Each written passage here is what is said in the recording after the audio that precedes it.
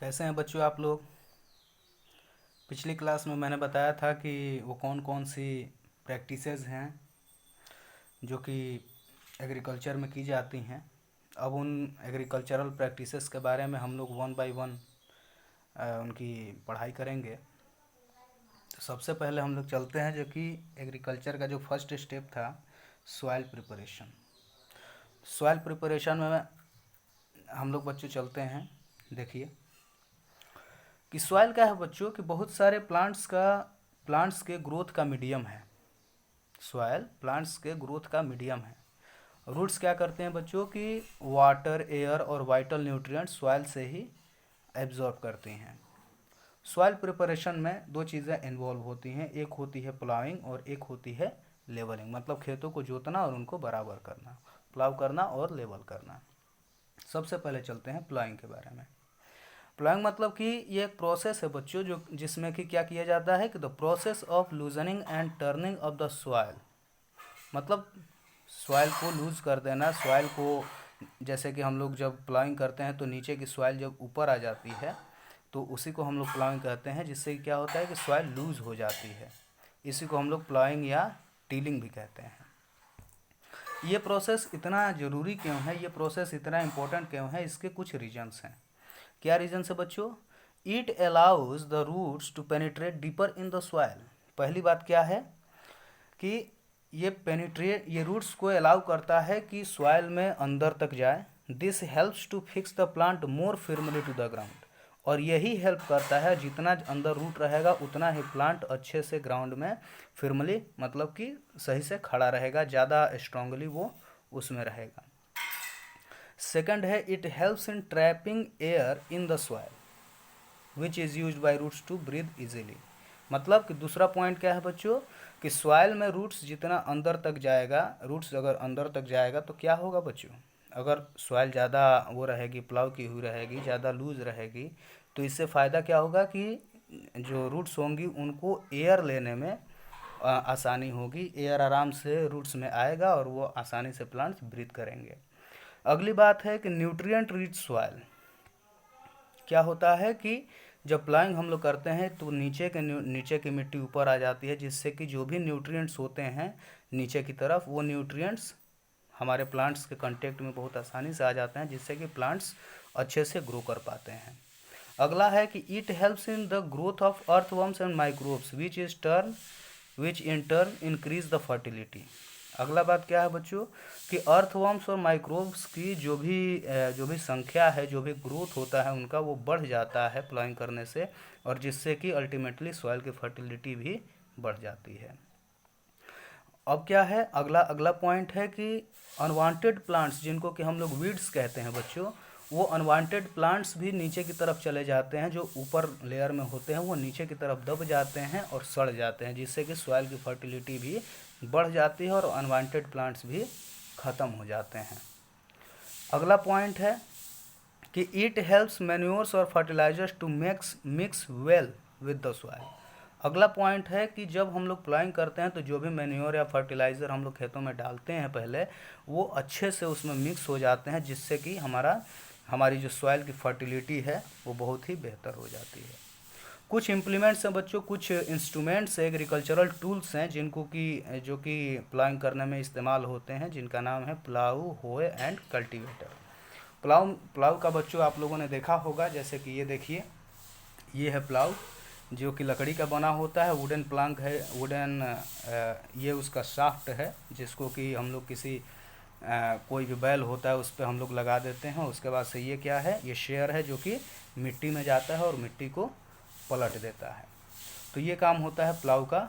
Plough क्या करता है कि मिट्टी को लूज़ करने में हेल्प करता है। हो मतलब कुदाल, कुदाल भी बच्चों क्या काम करता है, मिट्टी को लूज़ करने में हेल्प करता है। कल्टीवेटर जो कि ट्रैक्टर में ये लगा हुआ है, और ये क्या करता है कि इसके जो शेयर होते हैं, स्नेयर होते हैं, सॉरी, स्नेयर जो होते हैं वो जाते हैं मिट्टी में और अच्छे से उसको मिट्टी को पलट देते हैं। तो तीन चीज़ों का इस्तेमाल होता है, प्लाऊ, हो एंड कल्टीवेटर। बच्चों बात करते हैं प्लाऊ का। तो प्लाव क्या है बच्चों कि ये वुड और आयरन का बना होता है, जैसा कि आप लोग देख सकते हैं यहाँ पे ये आयरन का बना हुआ है, ये वुड का बना हुआ है, ये भी आयरन का बना हुआ है। तो वुड और आयरन का बना होता है जिसको कि एनिमल्स के ऊपर लगाया जाता है, चाहे वो कैमल हो सकता है, बुलोक हो सकता है, हॉर्स हो सकता है, या फिर ट्रैक्टर हो सकता है, उसमें लगा के और मिट्टी को हम लोग लूज़ करते हैं उसकी हेल्प से। हो जो होता है बच्चों वो भी सॉइल को लूज़ करने में हेल्प करता है और वीड्स को रिमूव करने में भी हमारी मदद करता है, हेल्प करता है। अगला है कल्टीवेटर। कल्टीवेटर क्या है बच्चों कि ये ट्रैक्टर के साथ अटैच होता है, ये एक तरह का प्लाव ही है। उसके बाद से क्या है बच्चों, इसमें फ्रेम्स होते हैं, इसमें टीथ होते हैं, फ्रेम्स होते हैं टीथ के साथ, जो कि जिनको हम लोग शैंक्स कहते हैं। ये शैंक्स क्या करते हैं बच्चों कि मिट्टी में अंदर तक जाते हैं और मिट्टी की खुदाई करते हैं। ये हमारा टाइम और एफर्ट दोनों बचाता है, क्योंकि आसानी से हो जाता है ट्रैक्टर के द्वारा, हमें कोई भी मेहनत नहीं लगती। अगला प्रोसेस है बच्चों, ये तो प्लाइंग की बात होगी। अगला है लेवलिंग, कि जो भी खेत प्लाउ हो गया है उस खेत की हमें लेवलिंग करना बहुत ज़रूरी होता है, क्योंकि उसमें बहुत से क्रम्स होते हैं। क्रम्स मतलब कि बहुत बड़े बड़े टुकड़े, ठीक ना। उन क्रम्स को हमें क्या करना है कि उनको तोड़ना है, उनको तोड़ के और फिर उस खेत को लेवल करना होता है। तो लेवलिंग की प्रोसेस जो है बच्चों बहुत ही इम्पॉर्टेंट होती है, क्योंकि इरिगेशन प्रोसेस, अगर खेत लेवल होगा तो इरिगेशन प्रोसेस, सिंचाई की जो प्रोसेस है वो हमारे लिए आसान हो जाएगी। तो ये है बच्चों कि इरिगेशन पर्पस के लिए खेत की जो लेवलिंग है वो बेहद ही ज़रूरी है, ताकि सारे प्लांट्स तक पानी आराम से पहुँच जाए। अगला है सोइंग सीड। सेकंड जो प्रोसेस है, सेकंड एग्रीकल्चरल प्रैक्टिस है, जिसका नाम है सोइंग सीड, मतलब बुआई करना। सबसे पहले हमें सीड को जब खेतों में हम लोग बोते हैं तो हम लोग कैसे सीड हम लोग बोएंगे ताकि हमारा यील्ड बहुत बढ़िया हो, हमें अनाज बहुत बढ़िया मिले। जाहिर सी बात है कि हमें कैसा सीड चुनना होगा। Healthy and high yielding seeds are selected, मतलब कि जो सीड स्वस्थ होंगे और जो सीड ज़्यादा मात्रा में पैदावार देते होंगे उन सीड्स को हम लोग सेलेक्ट करते हैं। खेत में उनको डालने से पहले हम लोग उसमें कुछ फंजीसाइड, मतलब कि ऐसे केमिकल्स जो कि फंगस को किल करते हैं, उनको हम लोग प्रिकॉशंस के लिए, उनको बचाव के लिए सीड्स पे हम लोग स्प्रे कर देते हैं, ताकि जब हम लोग खेतों में उनकी बुआई करें तो ये फंगस का अटैक उस पर ना हो और सीड हमारा ख़राब ना हो। उसके बाद से हमें जब सोइंग करनी होती है सीड की तो कुछ चीज़ों पे ध्यान देना होता है, जैसे कि सीड एप्रोप्रिएट डेप्थ में होना चाहिए सॉइल के अंदर। ऐसा नहीं है कि ना ही वो ज़्यादा अंदर हो जाए ताकि वो उसका अंकुरण ही ना हो, जर्मिनेट ही ना हो सके, या फिर ज़्यादा ऊपर ही ना हो, मतलब कि सॉइल के अंदर ही ना जाए, तो जिससे कि उसको न्यूट्रिएंट्स नहीं मिलेगा। तो जो सीड की जो सोइंग करनी होती है हमें, उसके लिए एक एप्रोप्रिएट डेप्थ की आवश्यकता होती है।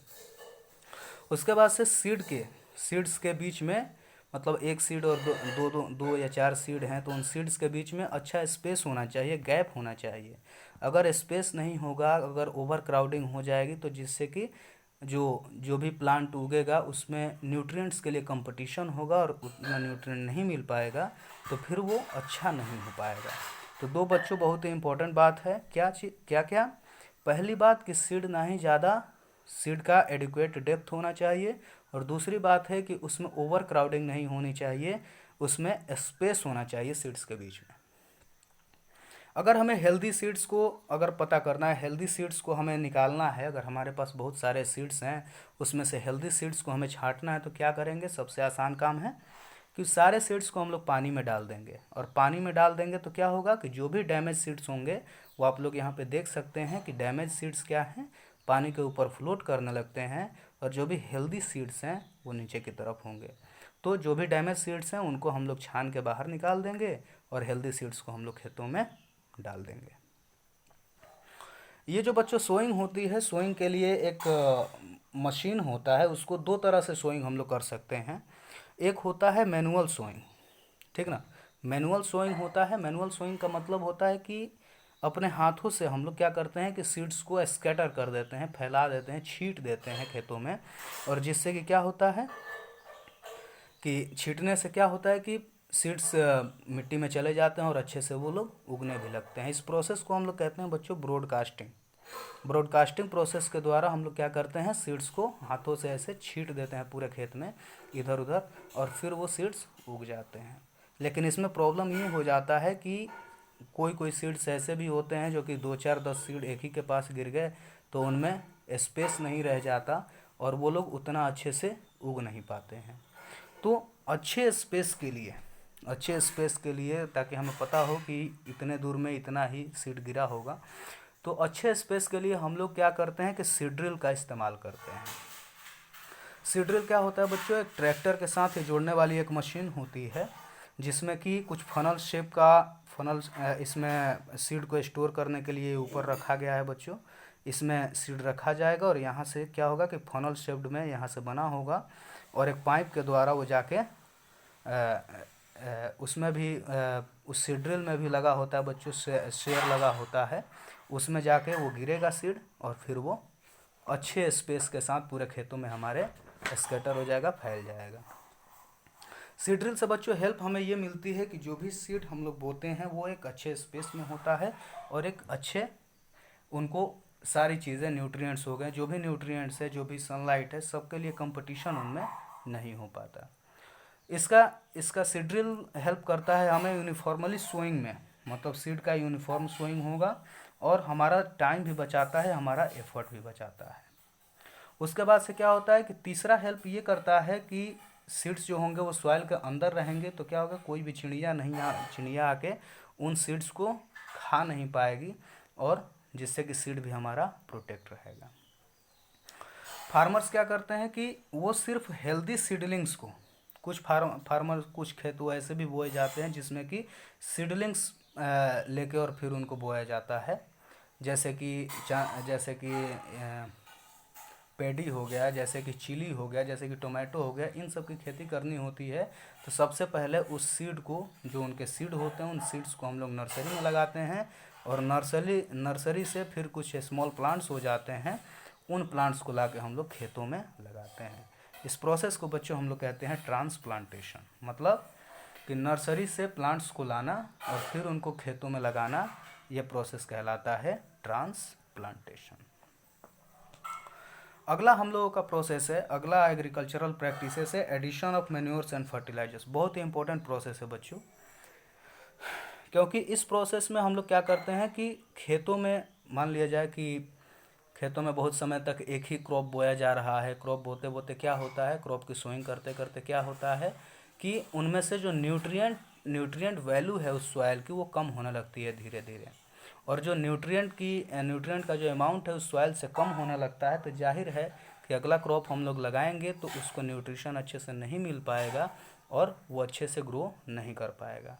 तो इसके लिए हमें क्या करना होता है कि हम खेतों में जैसे ही प्लाव होता है, लेवलिंग होता है, उसी के समय में हम लोग उसमें मैन्योर्स एंड फर्टिलाइजर्स मिला देते हैं और जिससे कि हमारे सॉइल की फर्टिलिटी भी बन जाती है। बच्चों मैन्योर क्या है?